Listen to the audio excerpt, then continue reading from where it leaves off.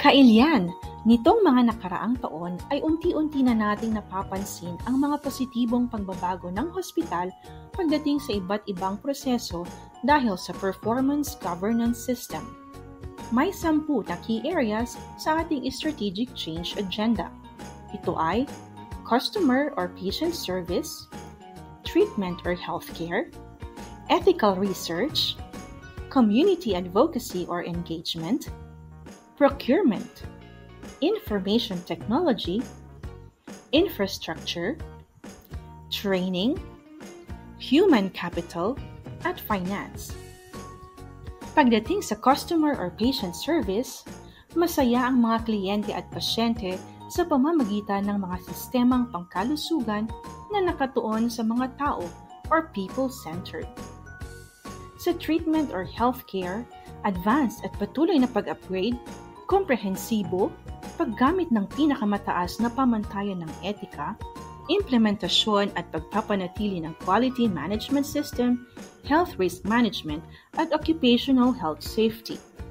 Sa ethical research, magiging sentro ng pakikipagtulungan at etikal na pananaliksik sa kalusugan na tumutulong sa hindi natutugunan na pangangailangan sa pangkalusugan. Sa community advocacy or engagement, pagpapatibay sa pangangalaga ng kalusugan ng komunidad na umaabot sa iba't ibang stakeholders sa pamamagitan ng health promotion at iba pang interbensyon.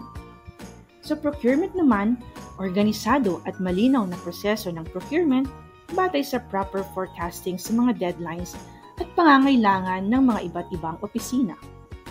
Sa information technology, pagbuo at pagpapatupad ng mga advanced at secured na information technology systems na nagpapadali sa pagsasalita ng datos.